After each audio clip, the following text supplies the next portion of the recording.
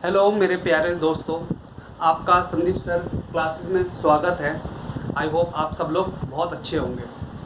ये मेरा video number 3 है। इससे पहले मैंने यूट्यूब पे अपनी 2 वीडियो अपलोड कर दी है। अगर किसी ने उन वीडियो को नहीं देखा तो उसको भी जा कर के देख सकते हैं और अपना कमेंट बॉक्स में उसके बारे में बता सकते हैं आपको कैसी लगी वीडियो। देखो, आज का हम ये इंडियन पॉलिटी अभी हमने स्टार्ट करा है और इंडियन पॉलिटी में ये 3rd वीडियो जिसका टॉपिक का नाम है पार्लियामेंट्री सिस्टम। आज हम बेसिकली पार्लियामेंट के बारे में कुछ समझेंगे, जानेंगे कैसे क्या काम होता है। तो माय स्टूडेंट्स, देखो हमारे यहाँ जो है फर्स्ट पॉइंट कि पार्लियामेंट फॉर्म ऑफ गवर्नमेंट है। इसका मतलब ये कह सकते हैं कि हमारे यहाँ सेंटर और स्टेट दोनों में पार्लियामेंट फॉर्म ऑफ गवर्नमेंट चलती है, जिसमें आर्टिकल नंबर 74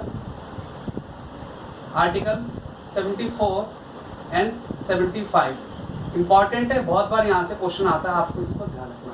और स्टेट में अगर हम बात करें आर्टिकल 163 एंड 164। अब होता क्या है, अगर मैं थोड़ा सा बात बताऊं, आर्टिकल को हिंदी में अनुच्छेद बोलते हैं, ठीक है। अब 74 में ये बोला गया है कि एक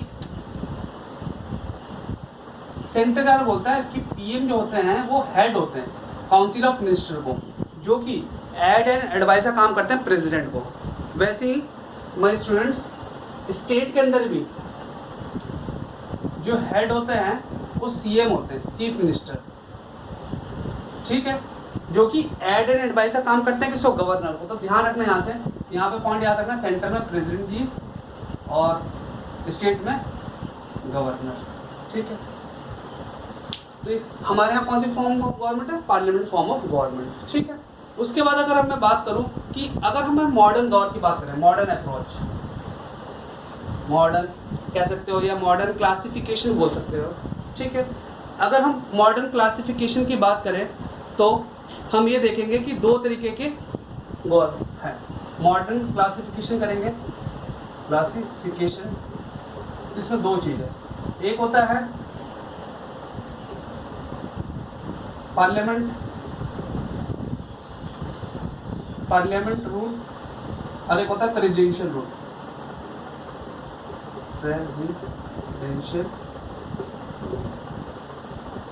जो पार्लियामेंट फॉर्म ऑफ गवर्नमेंट होता है, वहाँ पे क्या होता है, वहाँ पे जो लेजिस्लेचर है और जो एग्जीक्यूटिव है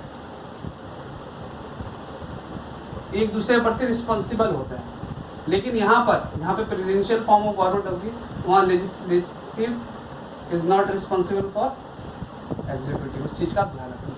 अब होता क्या है, अगर आप ध्यान से देखेंगे, अगर मैं ऑर्गन की बात करूँ तो हम इस तरीके से कह सकते हैं कि 3 ऑर्गन हैं, जैसे लेजिस्लेचर, एग्जीक्यूटिव और जुडिशरी। जो लेजिस्लेचर है लॉ मेकिंग होता है, कानून बनाता है, लॉ मेकिंग। एग्जीक्यूटिव जो है वो कानून लेकर बिल इंट्रोड्यूस करते हैं, क्या करते हैं, बिल इंट्रोड्यूस करते हैं। और जुडिशरी जो है पनिशमेंट, या ये समझ लो कह सकते हैं जो लॉ बन जाता है अगर उसको कोई फॉलो नहीं करता उसको सजा सुनाने का काम करता है, मतलब पनिश करने का काम करता है, पनिशमेंट, इसको जो रूल को फॉलो नहीं करता। तो एक चीज़ ध्यान रखना, जो हम अगर ऐसे बात करेंगे माय स्टूडेंट्स कि पेपर में क्या पूछा आता है कि पार्लियामेंट फॉर्म ऑफ गवर्नमेंट क्या होती है, तो पार्लियामेंट फॉर्म ऑफ गवर्नमेंट वो गवर्नमेंट होती है जो एग्जीक्यूटिव रिस्पॉन्सिबल होता है लेजिस्लेचर के प्रति, ठीक है। और प्रेसिडेंशियल फॉर्म ऑफ गवर्नमेंट वो होती है जहाँ पे एग्जीक्यूटिव रिस्पॉन्सिबल नहीं होता, किसके लिए, लेजिस्लेचर के लिए। एक चीज़ ध्यान रखना, जैसे यूएसए में है, जैसे डोनाल्ड ट्रम्प जी जो यूएसए के प्रेसिडेंट है, वहाँ पे प्रेसिडेंशियल फॉर्म ऑफ गवर्नमेंट चलती है, और इंडिया में क्या है, पार्लियामेंट फॉर्म ऑफ गवर्नमेंट चलती है, ठीक है। तो यहाँ से एक ये सब पॉइंट्स जो है आपको आई होप क्लियर हो गया होगा। 74 आर्टिकल ध्यान रखना, 74, 75। 74 में क्या बताया गया, यही बोला गया है कि जो काउंसिल ऑफ मिनिस्टर हैं, जिसके हेड कौन होते हैं, पीएम होते हैं, ठीक है, वो एड एंड एडवाइस करते हैं किसको, प्रेसिडेंट जी को। सेम चीज स्टेट के अंदर होता है। आर्टिकल 163 में बोला गया है कि जो काउंसिल ऑफ मिनिस्टर है, जो कि किसको हेड करेंगे, एडवाइस देंगे गवर्नर को देंगे, ठीक है। अब इसके आगे अगर हम चले थोड़ी सी बात करें कि चलो फीचर्स की बात कर लेते हैं कि क्या क्या विशेषता है। Features of parliament form of government, तो एक एक पॉइंट करके लिखता हूँ और मैं इसको समझाते जाता हूँ। पहला पॉइंट है कि पार्लियामेंट फॉर्म ऑफ गवर्नमेंट में पहला पॉइंट है कि nominal and real, nominal and real executive. क्या नॉमिनल एंड, ऐसे यहाँ लिखो नॉमिनल एंड रियल एग्जीक्यूटिव। ध्यान रखना जो हमारे प्रेसिडेंट है वो नॉमिनल हेड है। प्रेसिडेंट क्या होता है? Nominal head. और जो रियल में जो काम करते हैं वो कौन करते हैं? पीएम, प्राइम मिनिस्टर, ठीक है। यहाँ से कई बार पेपर में पूछा जाता है। इसको हेड ऑफ द स्टेट भी बोला जाता है। क्या बोला जाता है? हेड ऑफ स्टेट, और इसको head of the government, head of जो सरकार चलाती है, ठीक। इसको एक वर्ड पेपर में एसएससी में या रेलवे के एग्जाम बहुत बार देखा गया वर्ड पूछा जाता है। एक होता है डी फैक्टो और एक होता है डी जूरे। जो डी फैक्टो होता है इसको डी जूरे और इसको डी फैक्टो के नाम से भी जाना जाता है। तो यहाँ से 3-4 क्वेश्चन बनते हैं कि नॉमिनल हेड किसको कहते हैं? प्रेसिडेंट को कहते हैं। इसको हेड ऑफ द स्टेट भी कहते हैं और इसको डी जूरे के नाम से भी जानते हैं। रियल एग्जीक्यूटिव में पीएम होते हैं, ठीक है, जिसको हेड ऑफ द गवर्नमेंट भी कहते हैं और डी फैक्टो को भी कहते हैं इसको, ठीक है। इस चीज़ का ध्यान रखना, पेपर में कई बार पूछा जाता है कि कोई काउंसिल मिनिस्टर का हेड कौन होता है? पीएम होता है, ठीक है। अब आगे चलते हैं इसका आगे। सेकंड पॉइंट देखना। सेकंड पॉइंट ये है कि पार्लियामेंट फॉर्म ऑफ गवर्नमेंट में कि मेजॉरिटी पार्टी रूलिंग करता है। क्या करता है? Majority party ruling. अब इसको समझो पॉइंट्स को।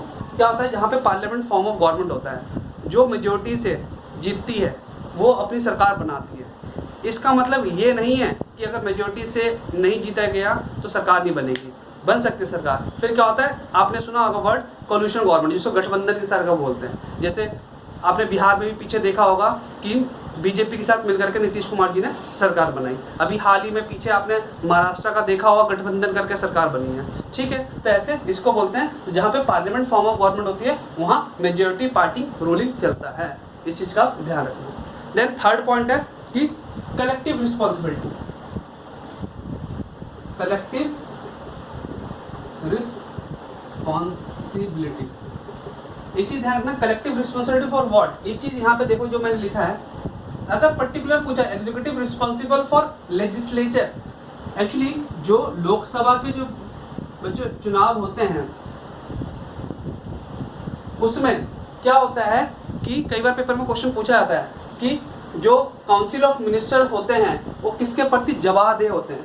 तो लोकसभा के प्रति जवाबदेह होते हैं। क्यों? क्योंकि वो उनके जो चुन के जाते हैं कहाँ पे आते हैं? लोकसभा में जाते हैं, इसीलिए वो लोकसभा के प्रति जवाबदेह होते हैं। और एक चीज़ ये भी ध्यान रखना, यहाँ पे कई बार पूछ लिया जाता है कि रियल में ऐसे अगर पर्टिकुलर नहीं बोल करके कुछ और पूछेगा तो कई बार ऑप्शन लेजिस्लेचर, मतलब ये इसके प्रति जवाबदेह, ये एग्जीक्यूटिव जो है वो पार्लियामेंट लेजिस्लेचर इसमें जाकर के काम करता है। तो यहाँ पे एक पॉइंट ध्यान रखना, ठीक है। थर्ड पॉइंट हो गया। चौथा पॉइंट है पॉलिटिकल होमोजेनिटी। मतलब आप ये कह सकते हो कि इसमें पॉलिटिकल होमोजेनिटी का मतलब होता है कि यूजुअली जो भी मेंबर्स होते हैं वो जो पार्टी होती है उसके आइडियोलॉजी पे काम करते हैं। तो पॉलिटिकल होमोजेनिटी ये कह सकते हैं कि पार्लियामेंट फॉर्म ऑफ गवर्नमेंट में गवर्नमेंट के अगेंस्ट, जैसे फॉर एग्जांपल में अगर मैं बीजेपी का कैंडिडेट हूँ तो मैं बीजेपी के अगेंस्ट नहीं बोल सकता, ठीक है, समथिंग लाइक इट। आगे चलते हैं। फिर है फोर्थ का फिफ्थ पॉइंट, डबल मेंबरशिप।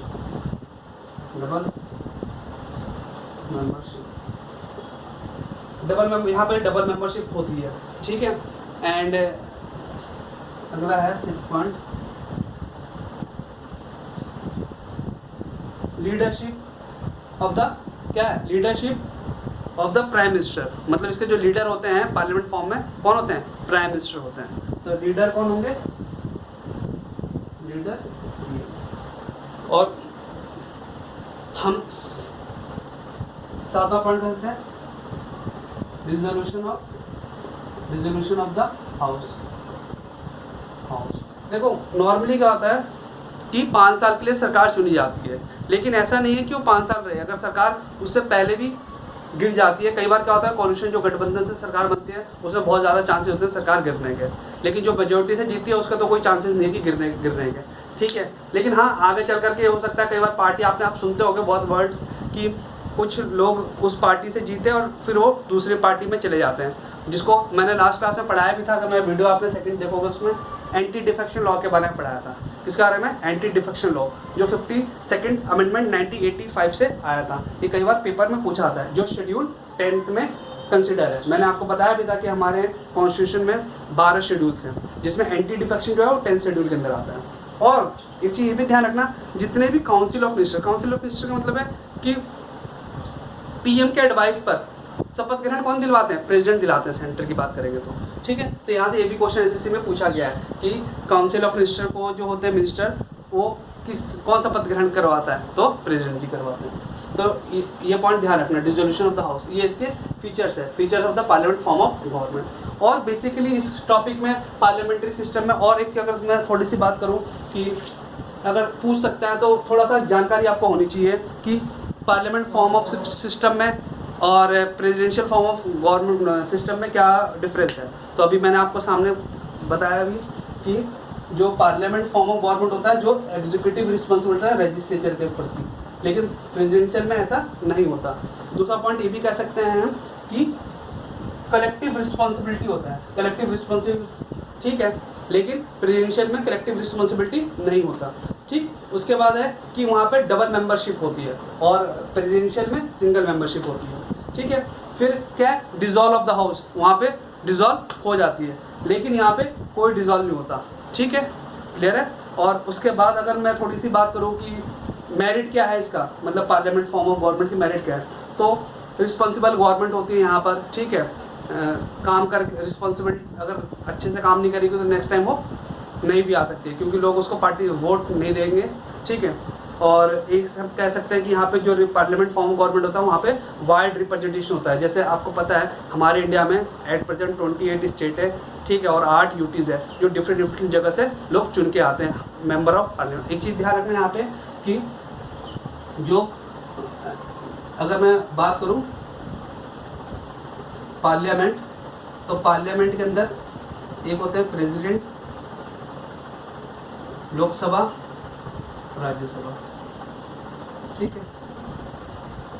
तो लोकसभा में जो होते हैं वो 5 ईयर के लिए चुने जाते हैं, ठीक है, और ये इसको लोअर हाउस भी बोला जाता है, ठीक है। यहाँ पे मैं पॉइंट ये बताना चाहता हूँ कि यहाँ पे जो रिप्रेजेंटेशन होता है अलग अलग स्टेट से लोग यहाँ पे चुन के आते हैं, जो कि डायरेक्ट इलेक्शन होता है लोकसभा का, ठीक है। इस चीज़ का आप ध्यान रखना। इसके ऊपर मैं अलग से वीडियो बनाऊंगा पार्लियामेंट के ऊपर, जिसमें पूरे अच्छे से डिटेल डिस्कस करूँगा राज्यसभा लोकसभा के बारे में, स्पीकर डिप्टी स्पीकर, ये सब चीज़ के लिए।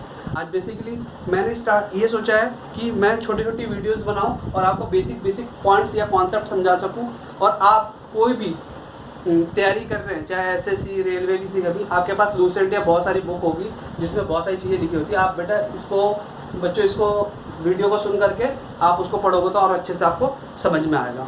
और इससे ज़्यादा क्वेश्चन बस आई होप आपको ये लेक्चर समझ में आ गया होगा पार्लियामेंट्री सिस्टम ऑफ गवर्नमेंट के बारे में, ठीक है। और प्लीज़ इसको ज़्यादा से ज़्यादा शेयर करें अपने दोस्तों में, ठीक है, और अपने व्यूज़ ज़रूर बताएं, कमेंट ज़रूर करें, ठीक है। अच्छा लगे तो अच्छा लिखे, बुरा लगे तो बिल्कुल लिखे बुरा, उसके बारे में बताएं ताकि मैं उसको और अच्छे से प्रेजेंट कर सकूं। Thank you for watching my this lecture.